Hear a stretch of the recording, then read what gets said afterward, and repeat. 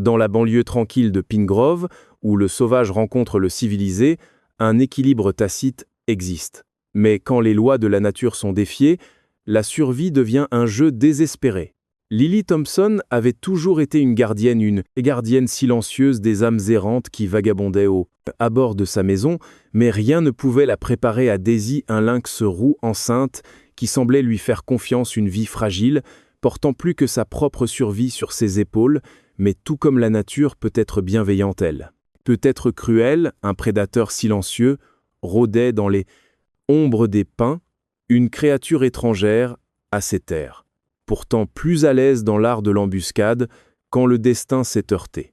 Un après-midi fatidique, il ne s'agissait plus de territoire ou d'instinct. Il s'agissait de vie ou de mort le sauvage. Réclamerait-il le sien ou une alliance inattendue? Changerait-elle le cours de la nature elle-même? C'est une histoire de survie, de courage et du lien indéniable entre l'indompté et le cœur humain. Le soleil de la fin d'après-midi projetait de longues ombres sur Pine Grove, un quartier résidentiel tranquille en périphérie. De Jacksonville, Floride, la zone était connue pour ses forêts denses de pines qui bordaient les pelouses soigneusement entretenues, créant un mélange unique de wilderness et de civilisation. C'est ici que Lily Thompson, une infirmière, soins palliatifs de 42 ans, avait établi sa maison. Depuis une décennie, la modeste maison de style ranch de Lily, avec sa véranda enveloppante et son jardin soigneusement entretenu, était devenue une sorte de sanctuaire pour la faune locale. Ses collègues plaisantaient souvent en disant qu'elle gérait un centre de bien-être animal non officiel. Depuis son arrière-cour chaque matin avant son quart à l'hôpital Stuyvesant, elle laissait de l'eau fraîche et des portions soigneusement mesurées de nourriture pour les errants du quartier tant félins que canins qui étaient venus compter sur sa gentillesse. C'est lors d'une de ses routines matinales début mars que Lily remarqua pour la première fois le lynx roux enceinte, contrairement aux errants habituels. Celui-ci avait une grâce distinctive, se déplaçant avec la confiance tranquille d'une créature sauvage qui s'était d'une manière d'une autre retrouvée, attirée aux abords de l'habitation humaine. La fourrure fauve du lynx roux était marquée de belles taches noires. Et malgré son ventre gonflé, elle maintenait une silhouette athlétique qui parlait de sa nature prédatrice. Lily, avec ses années d'expérience dans la gestion des errants, savait qu'il valait mieux et ne pas approcher directement l'animal sauvage. Au lieu de cela, elle commença laisser de l'eau fraîche et de petites portions de poulet cru au bord de sa propriété, où le paysage suburbain fusionnait avec la forêt de pins. Elle nomma le lynx roux Daisy d'après les fleurs sauvages qui poussaient en abondance. Autour de sa propriété, « Tu es la bienvenue. Ici, douce fille », murmurait Lily depuis sa véranda, regardant Daisy approcher prudemment les offrandes chaque matin. Reste juste à distance. Et nous nous entendrons bien. De l'autre côté de la rue vivait Luc Martinez, un ancien pilote militaire de 45 ans qui s'était retiré dans un isolement, auto-imposé après la perte de son fils, James, dans un accident de voiture. Il y a 2 ans, la tragédie n'avait pas seulement emporté son unique enfant, mais avait aussi conduit à la dissolution de son mariage. Maintenant, le seul compagnon de Luc était Max, un berger allemand de 4 ans, qui avait été l'animal adoré de James. La propriété de Luc, contrairement au jardin bien entretenu de Lily, montrait des signes de négligence. L'herbe avait poussé de manière un peu sauvage, et les fleurs que son ex-femme avait plantées étaient maintenant envahies par les mauvaises herbes. Passait la plupart de ses journées à l'intérieur, travaillant à distance comme instructeur de simulateur de vol pour une compagnie d'aviation privée. Les seules fois où il sortait étaient pour les promenades de Max qu'il prenait à des heures inhabituelles pour éviter de croiser les voisins depuis la fenêtre de son bureau à domicile. Luc avait observé le rituel matinal de Lily avec une curiosité modérée. Il avait remarqué le lynx roux aussi, mais contrairement à l'intérêt préoccupé de ses voisins, il voyait la présence de l'animal sauvage avec un pragmatisme militaire. Un autre problème potentiel, dans un monde déjà compliqué. Reste à distance. Max avertissait-il son chien chaque fois qu'il repérait Daisy lors de leur promenade avant l'aube. Max, malgré son entraînement et sa curiosité naturelle, semblait comprendre la gravité dans la voix de son maître et restait obéissant près de lui. Mesure que Mars avançait, Lily remarqua des changements subtils. Dans le comportement de Daisy, le lynx roux commençait à apparaître plus fréquemment, parfois 2 ou 3 fois par jour, et se reposait souvent à l'ombre des grands pins qui bordaient la propriété de Lily. Ses mouvements étaient devenus plus laborieux et Lily soupçonnait que la naissance approchait. Elle choisit de rester proche. Mentionna Lily à Sarah, sa collègue à l'hôpital, pendant leur pause déjeuner. Je m'inquiète pour elle. Les animaux sauvages évitent généralement le contact humain, surtout quand ils sont sur le point de mettre bas peu. Être qu'elle sent que tu es en sécurité, suggéra Sarah en remuant son café. Pensivement, les animaux ont de bons instincts pour ces choses. Ce que ni Lily ni Daisy n'auraient pu anticiper était l'autre présence qui avait été attirée dans la zone, un massif python birman qui avait probablement échappé ou été relâché par un propriétaire irresponsable. D'animaux exotiques. Ces serpents invasifs étaient devenus un problème croissant en Floride, bien qu'ils soient rarement vus aussi loin au nord. Le python avait survécu dans la forêt de pins atteignant une longueur impressionnante. De près de 15 pieds, il s'était sustenté de la faune locale et les apparitions régulières de Daisy n'avaient pas échappé aux prédateurs opportunistes. L'attaque survint un chaud samedi après-midi, fin mars. Lily venait de rentrer de son quart du matin et était sur le point de vérifier la station d'alimentation de Daisy quand elle entendit un bruit inhabituel du bord de sa propriété. Le son était différent de tout ce qu'elle avait entendu avant, un mélange de miaulements désespérés et de bruissements de broussailles. Ce qu'elle vit quand elle contourna le coin de sa maison lui glaça le sang, le massif. Python avait d'une manière ou d'une autre réussi à tendre une embuscade à Daisy, ses puissantes spires enroulées autour du corps du lynx roux. Daisy se débattait désespérément, mais sa condition enceinte l'avait rendue vulnérable, et la prise du python était implacable. « Oh mon Dieu !» non, le cri de Lily perça. L'air tranquille de l'après-midi, elle regarda. Autour d'elle, frénétiquement, à la recherche de quelque chose, n'importe quoi qu'elle pourrait utiliser pour aider. Mais la vue du serpent massif l'avait figée sur place, sa formation médicale, qu'il avait préparée, toutes sortes d'urgences humaines semblaient inutiles face à cette confrontation sauvage de l'autre côté de la rue. L'ouïe aiguë de Max capta à la fois le cri de Lily et les sons de la lutte. Les aboiements agressifs du berger allemand attirèrent Luc loin de son écran d'ordinateur, où il révisait des schémas de vol avec un étudiant. « Je suis désolé, je dois vérifier. » Quelque chose, dit Luc à son étudiant, en mutant précipitamment. Son microphone, les aboiements de Max avaient pris une urgence qu'il n'avait jamais entendue avant. Et des années de formation militaire lui avaient appris à faire confiance aux instincts des animaux. Luc était sur le point d'enquêter, quand son téléphone sonna. C'était le numéro de Lily. Ils avaient échangé leurs coordonnées des mois auparavant lors d'une réunion de surveillance de quartier, bien qu'ils aient à peine parlé depuis Luc. « S'il te plaît, j'ai besoin d'aide. » La voix de Lily tremblait. « Il y a un python qui attaque un lynx roux dans mon jardin. » Je ne sais pas quoi faire. L'urgence dans sa voix déclencha quelque chose en Luc, le même instinct qui l'avait bien servi pendant son service militaire. Sans hésitation, il attrapa ses gants de travail du garage et se précipita de l'autre côté de la rue Max, suivant de près à ses talons.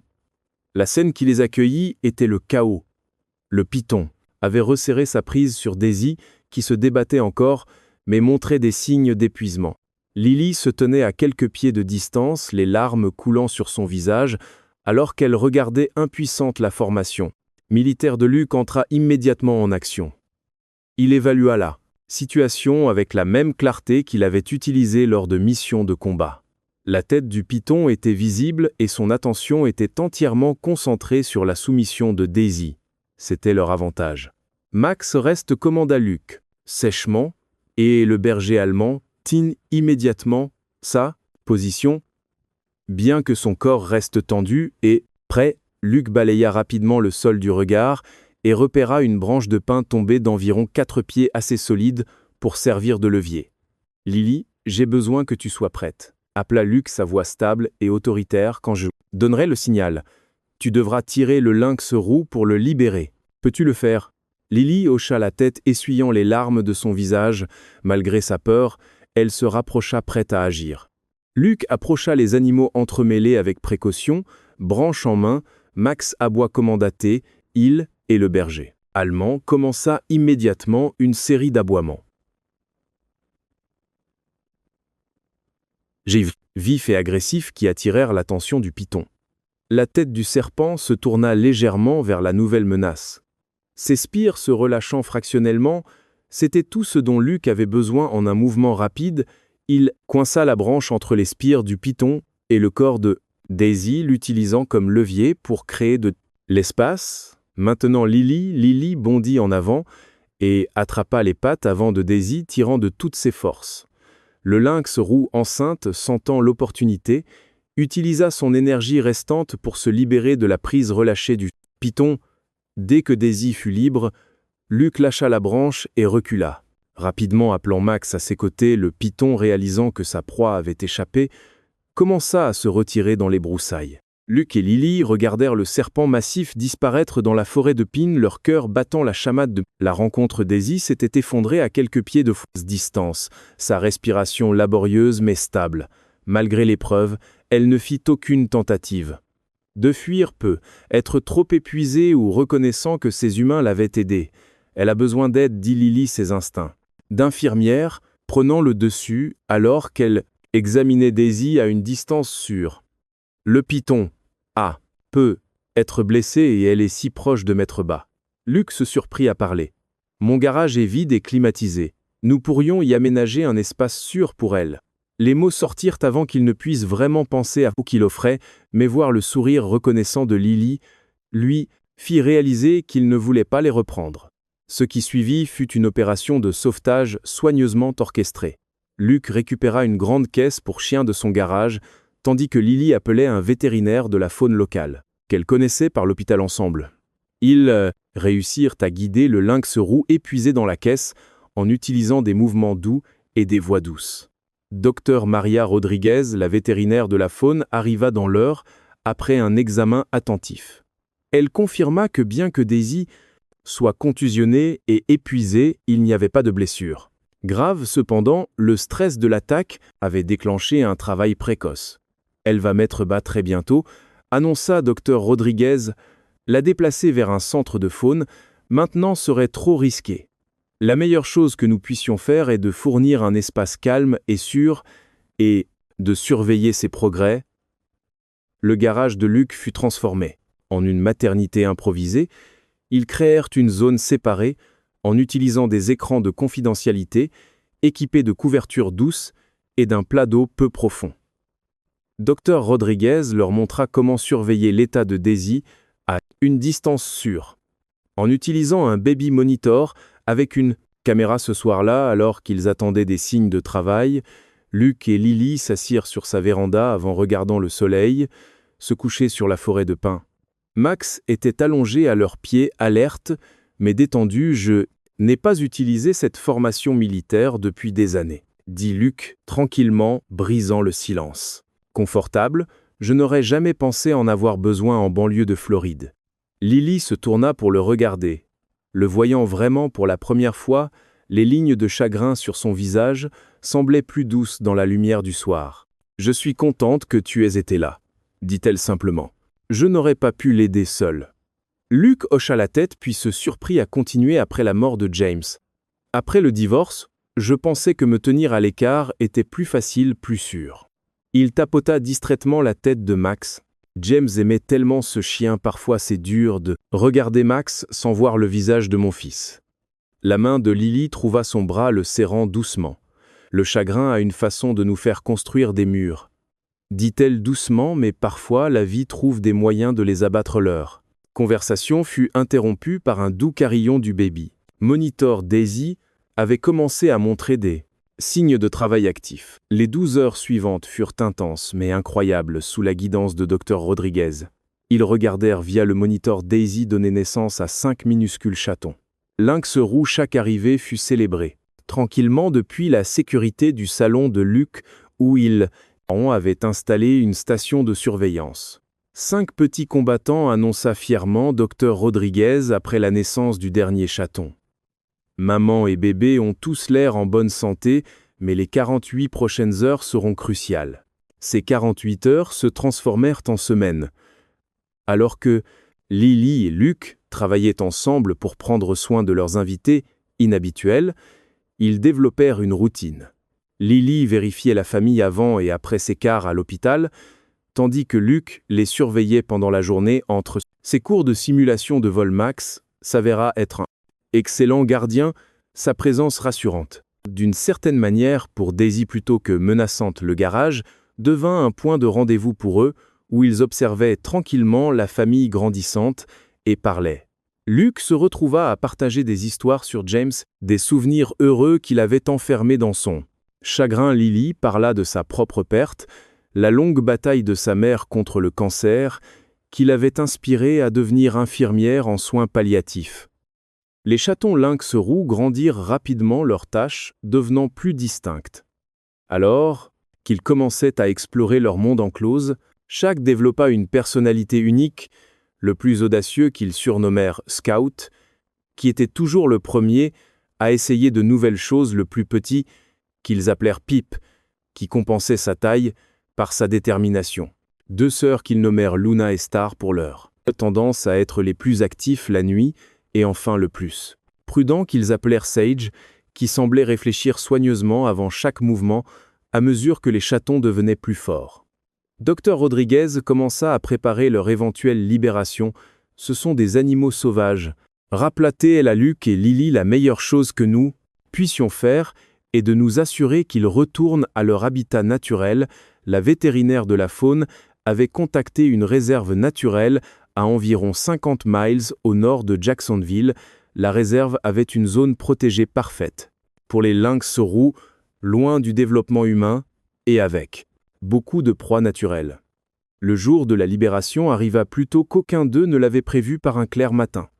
Fin avril, ils chargèrent soigneusement Daisy et ses chatons dans des caisses de transport spéciales. Les rangers de la réserve avaient sélectionné une zone reculée, près d'un ruisseau. Avec beaucoup de couvertures et de tanières naturelles, Luke et Lily regardèrent ensemble les rangers ouvrir les caisses. Une par une, les chatons bondirent dehors leurs manteaux tachetés, se fondant parfaitement avec la lumière tachetée, filtrant à travers les arbres. Daisy émergea en dernier, inspectant son nouveau territoire avec des yeux alertes. Elle s'arrêta un moment, regardant en arrière les humains qui l'avaient aidée. Puis disparut dans les broussailles, après ses chatons sur le trajet de retour à Pine Grove. Luke tendit la main et prit celle de Lily. « Merci, dit-il, tranquillement. Pourquoi ? Pour m'avoir appelé ce jour-là, pour m'avoir aidé à me souvenir que la vie continue, que c'est OK de se soucier à nouveau. » Lily serra sa main, pensant à combien de choses avaient changé en juste quelques semaines. « Merci d'avoir été là, quand j'en avais besoin pour avoir ouvert ta maison et ton cœur dans les mois qui suivirent. » Le garage de Luke revint à la normale, mais d'autres changements persistèrent. Sa pelouse était maintenant aussi bien entretenue que celle de Lily, et ils travaillaient souvent dans leur jardin ensemble. Max avait une nouvelle énergie dans ses pas, surtout pendant ses promenades. Avec Luke et Lily, le python fut éventuellement capturé par les autorités de la faune et relocalisé dans un sanctuaire, mais son brève apparition avait mis en mouvement des changements qui continuaient à onduler à travers leur vie 1 an plus. Tard, Luke et Lily se tenaient sur sa véranda avant regardant un autre coucher de soleil. Ils venaient de rentrer d'une visite à la réserve où les rangers rapportaient des observations occasionnelles d'une famille de lynx roux prospérant dans leur nouveau territoire.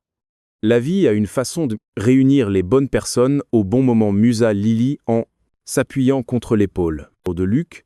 Même si cela prend un lynx roux enceinte et un python pour que cela arrive, ajouta Luke avec un sourire en passant un bras autour d'elle.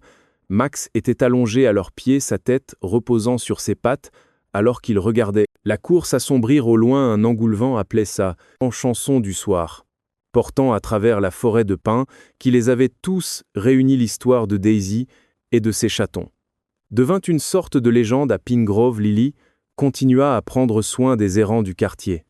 Mais maintenant, elle avait de l'aide. Le garage de Luke, bien qu'il ne soit plus une nurserie pour lynx roux, était devenu un atelier où il construisait des stations d'alimentation et des boîtes d'abri pour la faune locale que Lily distribuait à d'autres amoureux des animaux dans la communauté. Il gardèrent le baby monitor comme rappel, bien qu'il trône maintenant sur une étagère à côté de photos encadrées. De Daisy et de ses chatons, à côté de celle-ci, il y avait une photo de James avec Max chiot, non plus caché, mais célébré comme partie de leur histoire, partagée parfois lors de soirées calmes. Ils marchaient jusqu'au bord de la forêt de pins avec Max, se rappelant le jour où le drame de la nature les avait réunis. Ils ne virent jamais un autre python, mais occasionnellement ils apercevaient un lynx roux au loin.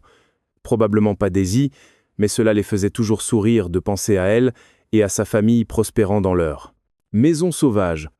Leur histoire servait de rappel que la guérison vient souvent de manières inattendues, que le courage peut être trouvé dans les moments les plus désespérés, et que parfois, il faut une rencontre sauvage pour nous aider à retrouver notre chemin vers la simple vérité que nous ne sommes pas censés affronter les défis de la vie seuls.